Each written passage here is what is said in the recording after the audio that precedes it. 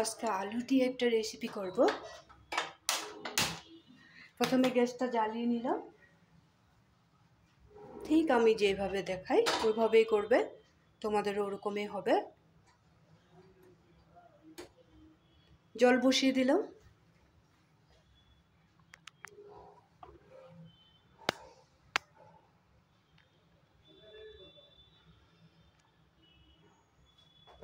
আমি আলু গ্রেট করে রেখেছি, 2টা বড় সাইজের আলু গ্রেট করে রেখে দিয়েছি।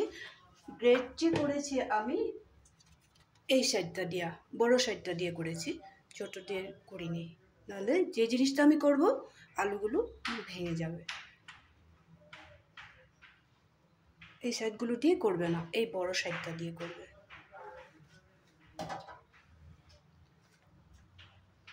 আলুটা আমি বয়েল করব না, জাস্ট জলটা আমি একটু গরম করে নিয়েছি, গরম জলের মধ্যে ধুয়ে নেব।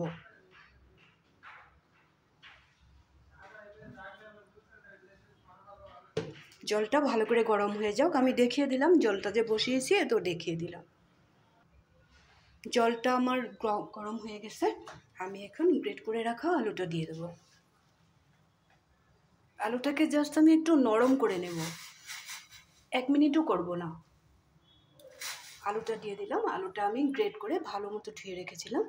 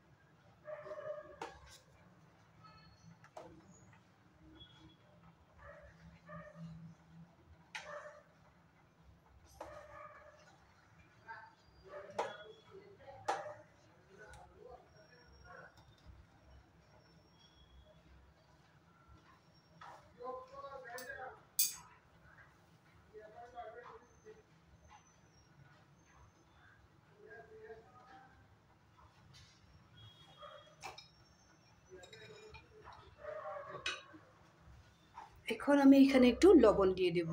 প্রথমে লবণটা কেন দেই নাই, বেশি বয়েল হয়ে যাবে, তখন আলুগুলো ভেঙে যাবে।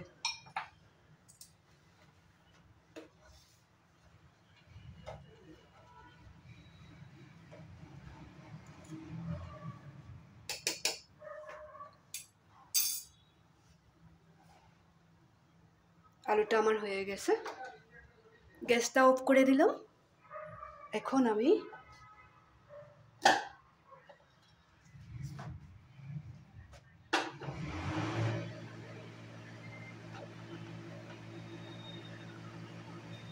একটা স্ট্রেনার নিয়ে নিয়েছি, এটার মধ্যে একটা সাদা কাপড় দিয়ে দিলাম।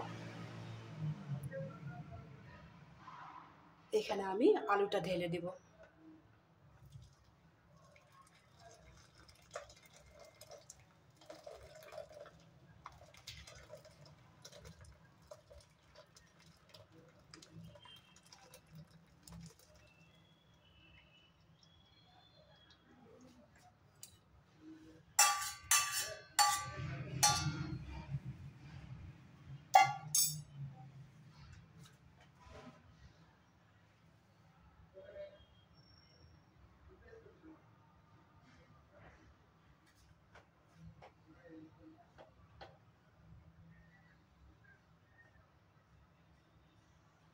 এখন আমি আলুর জলটা খুব সুন্দরভাবে ছেঁকে নেব।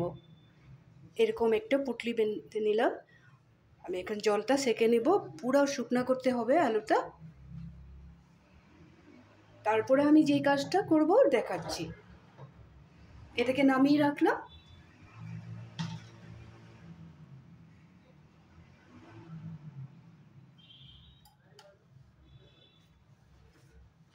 আবার গ্যাসটা জ্বালিয়ে দেব। প্রথমে আমি একটু বাদাম ড্রাই রোস্ট করে নেব।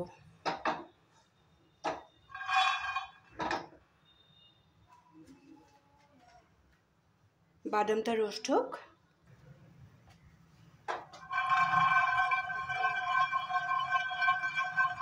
বাদামটা হয়ে গেছে, এখন আমি বাদামটা নামিয়ে নেব।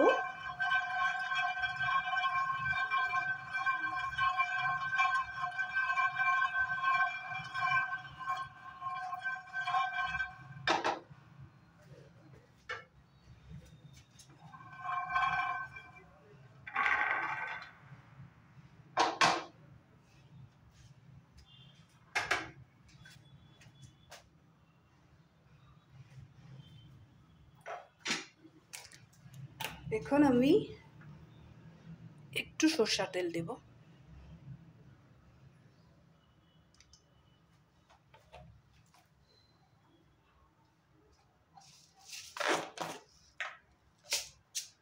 সরষের তেলের মধ্যে একটু সাদা জিরা,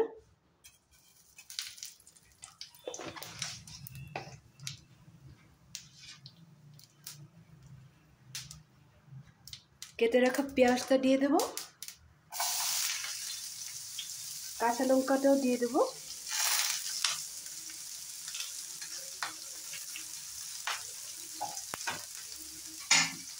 ধনেপাতাটা আমি একটু পরে দিব।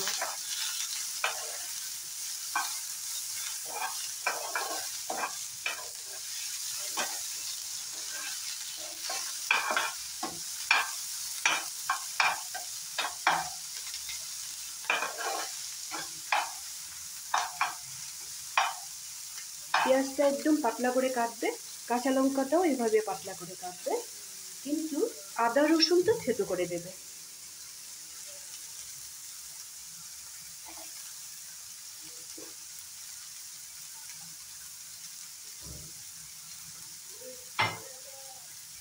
একটু সময় ভেজে নিব।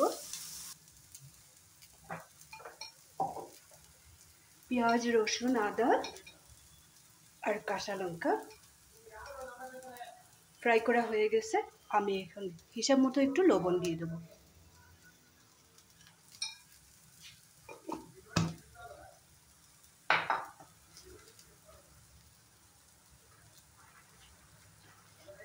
ভেজে রাখা বাদামটা এখানে অ্যাড করব।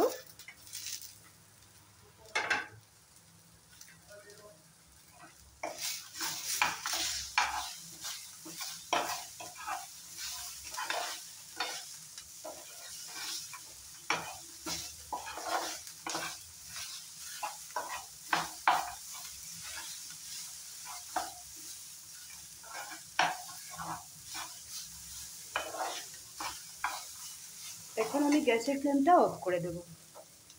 অফ করে দিয়ে কেটে রাখা ধনেপাতাটা দিয়ে দেব।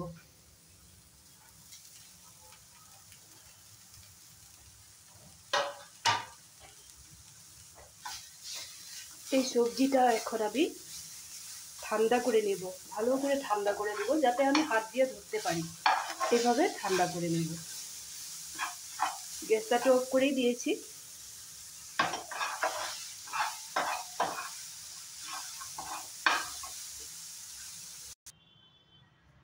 সবজিটা ঠান্ডা করে নিয়েছি। এখন দেখো আমি কি করব। এই সবজিটা দিয়ে সবজিটা এক সাইডে রেখে দিলাম। এখন একটু থালার মধ্যে আমি আলুটা বের করে নেব। আলুটা এইভাবে একটা কাপড়ের মধ্যে রেখে দিয়েছিলাম, এইভাবে আলুটা বের করে নিলাম। এই ধরনের হবে, দেখো গলে যায় না কিন্তু, কারণ আমি জিনিসটা বয়েল করি নাই। এই ধরনের হয়ে যাবে।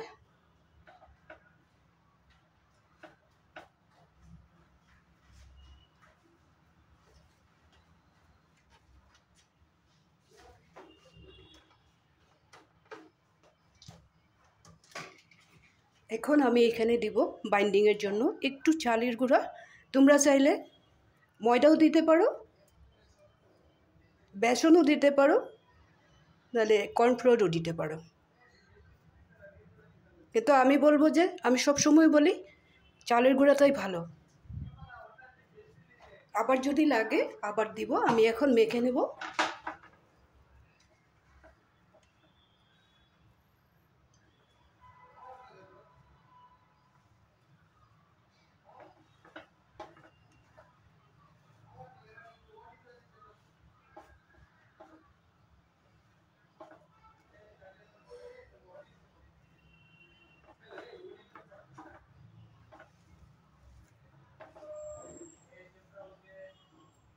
আমি বয়েল করার সময় একটু লবণ দিয়েছিলাম, আর একটু লবণ দিয়ে দেব।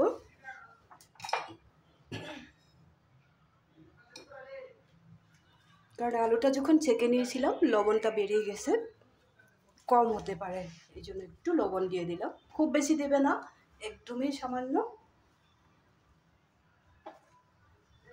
এইভাবে চাউলের গুঁড়াটা দিয়ে এইভাবে মেখে নেবে। দেখো সবগুলো আলু একটা একটা হয়ে আছে। আর খুব হাতের প্রেসার দিয়ে মাখবে না। তারপরে আমি কি করব, তখন একটু প্রেসার দিতে হবে।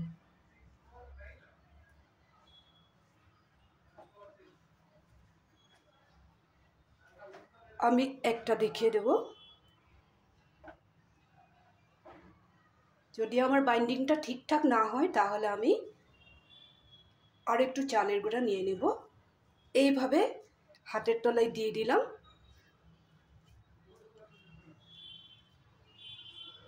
আরও অল্প দিয়ে দেব।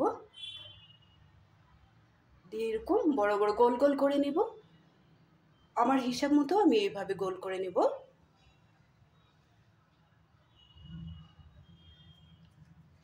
আমি যে পুরটা বানিয়ে রেখেছিলাম, এখন এখানে অল্প অল্প করে একটু দিব। উপরে আবার দিব আলু। এইভাবে মোট করে নিয়ে নিবে, নিয়ে এইভাবে দিয়ে দিবে।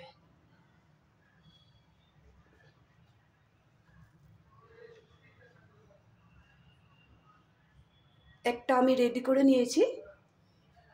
এগুলো পরে আমি ফ্রাই করব না, সেকে নেব। একটা রেডি করে নিয়েছি। ছোটো করলে ছোটো করতে পারো, যদি বড় সাইজ করতে চাও ওরকম বড় সাইজও করতে পারবে।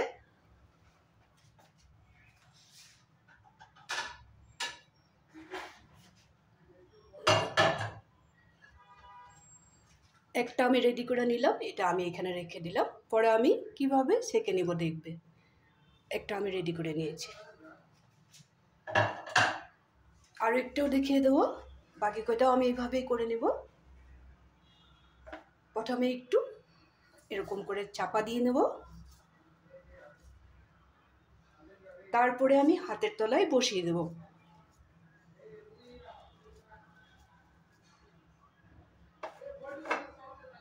আর একটু দিয়ে দেব।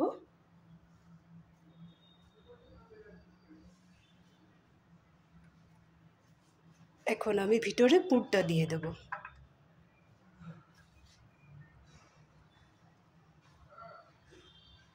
উপরে আবার আগের মতো উপরে দিয়ে ঢেকে দেব।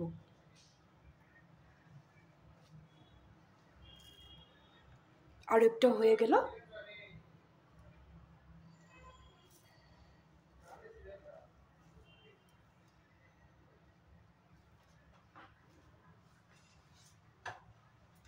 এটাও রেখে দিব।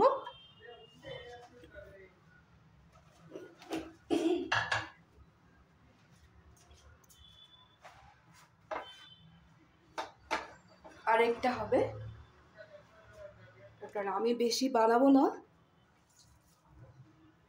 এই জন্য আমি দুটো আলু দিয়ে আমার বড় বড় সাইজের, হ্যাঁ 3টে হবে। তোমরা যতটা করতে চাও এইভাবে বেশি করে আলু দিয়ে বানিয়ে নেবে। এরকম চাপা দিয়ে নিলাম।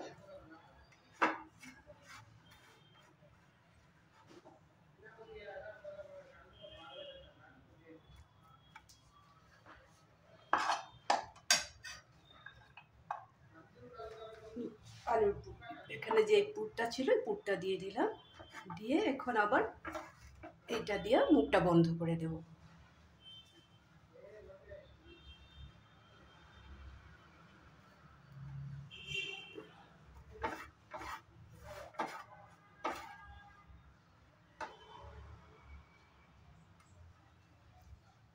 আমি যে কয়টা বানিয়েছি সব কয়টাই তোমাদেরকে দেখিয়ে দিলাম, তোমাদের হয়তো বসতে কোনো কষ্ট হবে না। এইভাবে দেখো, এইভাবে এখন আমি একটা ননস্টিকের পাত্রে আমি সেঁকে নেব। এগুলো আমি রেডি করে নিলাম।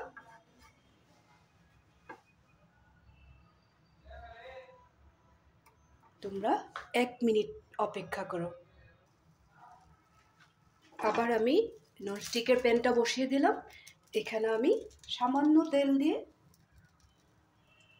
চারিদিকে মিলিয়ে নেব, এভাবে মিলিয়ে নেব।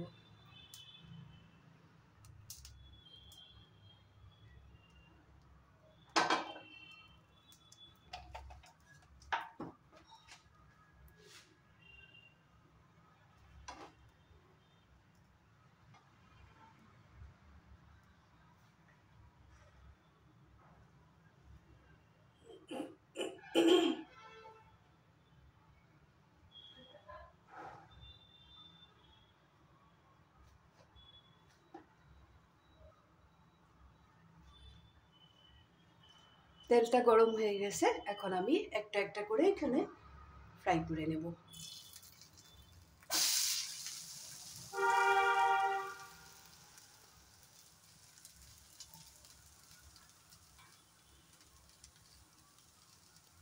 একসাথে সবগুলো দিলে ভেঙে যেতে পারে, এই জন্য একটা একটা করে দিয়ে আমি ভালো করে ফ্রাই করে নেব।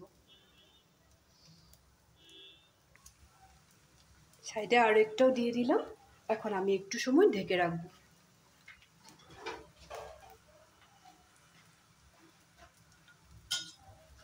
খুব বেশি সময় লাগবে না।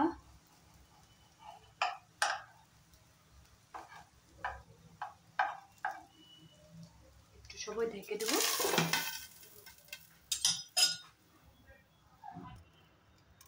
ঢাকনাটা তুলে দেখে নেব, প্রায় হয়ে গেছে। তোমাদের আজকের এই আলু টিক্কা রেসিপিটা কেমন লাগলো?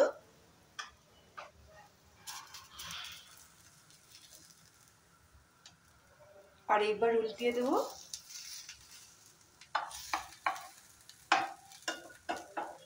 একটু নরম হয়ে আসছে, এটাও প্রায় হয়ে গেছে।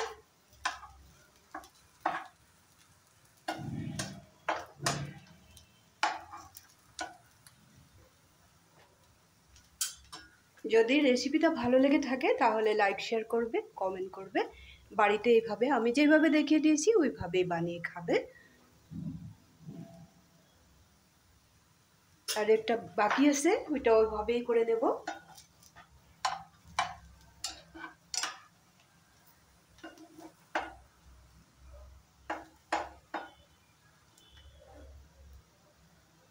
আর একটু ভালো মতো ফ্রাই হয়ে গেলে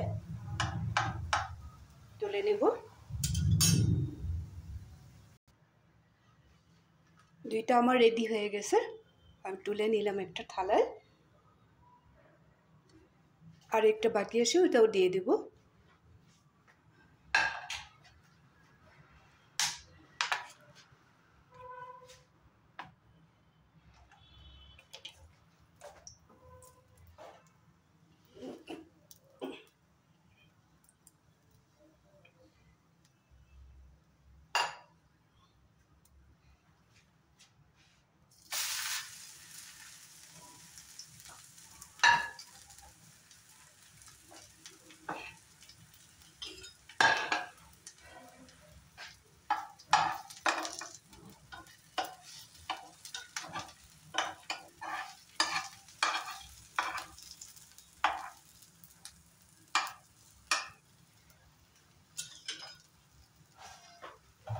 একটু সময় ঢেকে রেখে দেবো, এটাও হয়ে যাবে। তোমাদের যদি রেসিপিটা ভালো লেগে থাকে তাহলে তোমরা বাড়িতে বানিয়ে খাবে, খেতে কিন্তু খুবই টেস্টি হয়।